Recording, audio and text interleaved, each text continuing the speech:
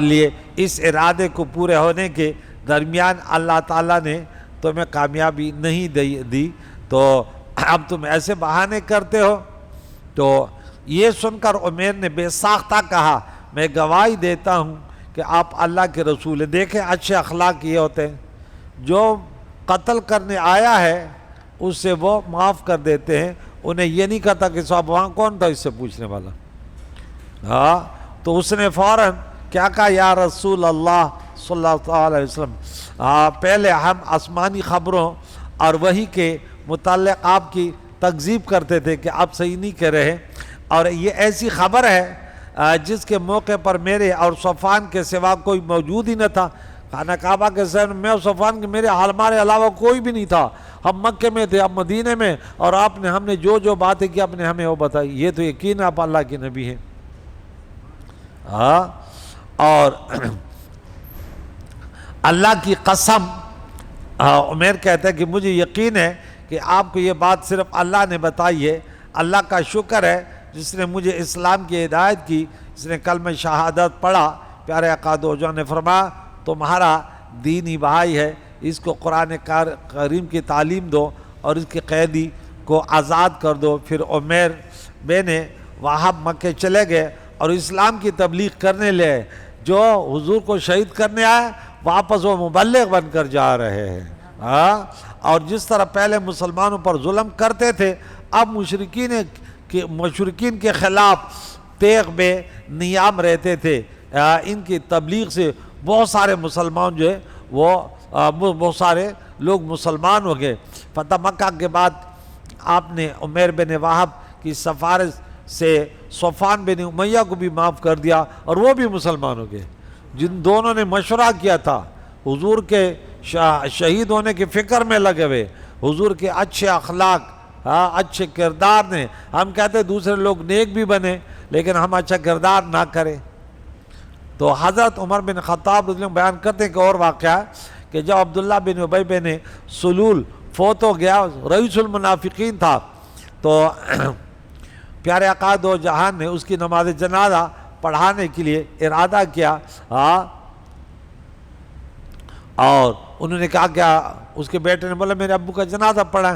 جب پیارے آقا دو جہان کے جنازہ پڑھانے کے لیے کھڑے ہوئے تو حضرت عمر کہتے ہیں میں دوڑ کر آپ کے پاس پہنچ گیا، میں نے کہا یا رسول اللہ صلی اللہ علیہ وسلم، کیا آپ اس ابن ابی کو نماز جنازہ آپ اس کے پڑھا رہے ہیں، حالانکہ اس نے فلاں دن یہ اور یہ کہا کہ مدینہ، اس نے یہ بھی کہا کہ ہم مدینہ پہنچ کر ایک جہاد سے واپس آ رہے تھے، ہم عزت والے ذلت والوں کو نکال دیں گے۔ یا رسول اللہ آپ کے بارے صحابہ کے بارے میں اس نے یہ کہا کہ ہم عزت دار ہیں، یہ لوگ عزت والے نہیں ہیں، اور یہ کہا تھا کہ جو لوگ آپ کے ساتھ ہیں جب تک وہ آپ کے ساتھ نہ چھوڑیں اس وقت ان پر خرچ نہ کریں۔ وَلَا تُنْفِقُوا، یہ اللہ نے پھر وہی نہ لگی، وَلَا تُنْفِقُوا عَلَى مَنْ عِنْدَ رَسُولِ اللَّهِ حَتَّى يَنْفَضُّوا، کہ تم خرچ نہیں کرو، یہ خود بخود حضور کے طلباء چلے جائیں گے۔ آج کل بھی بہت سارے لوگ مساجد مدارس کے خلاف مسلمانوں کے لباس میں سازش کرتے ہیں، وہ منافق بھی مسلمان کے لباس میں سازش کر رہا تھا۔ اور حضرت اچھا اس کے علاوہ حضرت عائشہ صدیقہ مسلمانوں کی ماں پر بھی انہوں نے بہتان بدکاری کی تہمت لگائی، جس سے آپ کو سخت رنج پہنچا تھا، اور آپ سے کہا تھا کہ اپنی سواری دور کر دے، ایک جگہ آپ سواری پر گئے تھے، اس سے مجھے بدبو آتی ہے۔ یہ وہ شخص ہے جنگ احد میں عین لڑائی کے دن اپنے 300 ساتھیوں کو لے کر لشکر سے نکل گیا، واپس چلا گیا تھا۔ میں آپ کو یہ تمام باتیں گنوا رہا تھا، حضور علیہ السلام مسکرا کر فرمانے لگے اپنی رائے کو رہنے دو۔ جب میں نے بہت اصرار کیا، حضرت عمر کہتے ہیں، تو فرمایا مجھے اللہ نے اختیار دیا ہے کہ استغفار کرو یا نہ کرو، میں نے استغفار کرنے کو اختیار کر لیا، اور اگر مجھے یہ علم ہوتا کہ اگر میں نے 70 مرتبہ سے زیادہ، اللہ نے فرمایا 70 مرتبہ استغفار کرو گے میں نہیں معاف کروں گا، تو حضور نے فرمایا اگر 70 مرتبہ سے زیادہ استغفار کیا تو اس کی مغفرت کر دی جائے گی، تو میں 70 مرتبہ سے زیادہ استغفار کروں گا۔ اللہ اکبر! ایسے دشمن کے لیے بھی اللہ کے نبی نے جنت کے راستے تلاش کیے، جہنم کے راستوں سے بچانے کی کوشش کی۔ اللہ اکبر۔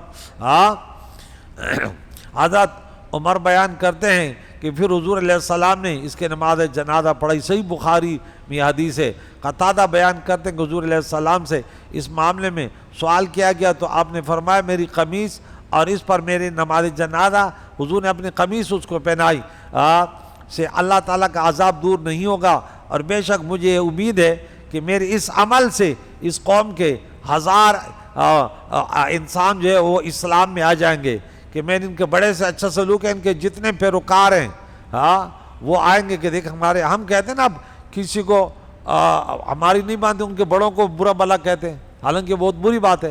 ہمارے پٹھان کہتے ہیں میری بری ماں کو برا بلا نہ کہو، تمہاری اچھی ماں کو بھی برا بلا نہیں کہوں گا۔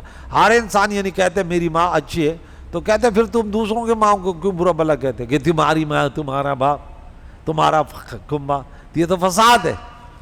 تو آپ کی اس نرمی اور حسن اخلاق کو دیکھ کر عبداللہ بن ابی کی قوم کے 1000 انسان جو وہ اسلام لے آئے۔ ابو سفیان نے متعدد بار مدینہ منور پر حملہ کیا، اس کو معاف کر دیا۔ وحشی نے آپ علیہ السلام کے پیارے محبوب چچا سید الشہداء امیر حمزہ رضی اللہ تعالیٰ عنہ کو شہید کیا تھا، اس کو معاف کر دیا۔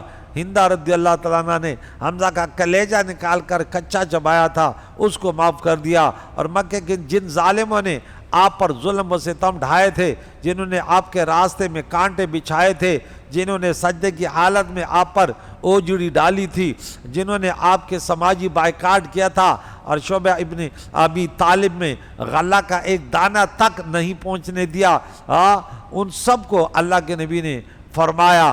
تو اللہ کریم کہ اس آیت مبارکہ پر حضور نے عمل کیا کہ ادفع باللتی احسن خذ العفو وامر بالمعروف واعرض عن الجاہلین۔ آج ہمیں حضور علیہ السلام کی تعلیمات ہمارے بیان کیے جاتے ہیں، لیکن ہم پھر بھی اس کے تعلیمات کو عملی جامہ نہیں پہناتے، وہی کرتے جو ہمارے من میں آتا ہے، ہماری سوچوں میں آتا ہے۔ کامیابی کا راستہ یہ نہیں ہے، خود بھی جنت کا راستہ تلاش کرو گو۔ حضور نے جو تعلیمات بتائے، جو سورہ رات میں نے کل بھی بتایا تھا، آیت نمبر 20 سے 24 تک ہے، اور اپنے کنبے کو اگر مسلمان ہے اس کو بھی لے جاؤ۔ تو ایسے مسلمان بننے کے لیے حضور علیہ السلام کی پیاری پیاری تعلیماتوں پر، پیاری پیاری سنتوں پر عمل کرنا ہوگا۔ تو حضور نے فرمایا میری پوری امت جنت میں جائے گی سوائے اس کے جو جنت جانے سے انکار کرے۔ حضور کسی نے پوچھا کہ جنت کے جانے سے کون انکار کرے گا؟ حضور نے فرمایا جو میری سنتوں کی اطاعت کرے گا، میری پیروی کرے گا، من اطاعنی دخل الجنہ ومن عصانی فقد ابا۔ تو اللہ تعالیٰ سے دعا ہے ان پیارے پیارے تعلیمات کو جو قرآن میں ہیں کہ بروں کے ساتھ بھی اچھا سلوک کرو، وہ تمہارے دوست بن جائیں گے، اللہ راضی ہو جائے گا، نبی راضی ہو جائے گا، تمہاری دنیا و آخرت سنور جائیں گے۔ یا اللہ ہم ان پیارے تعلیمات کو سن لیا، اس کو عملی جامہ پہنانے اور دوسری دنیا تک اس کو پہنچانے کی توفیق عطا فرما یا رب۔ وصلی اللہ علی محمد و صحبہ اجمعین برحمتک۔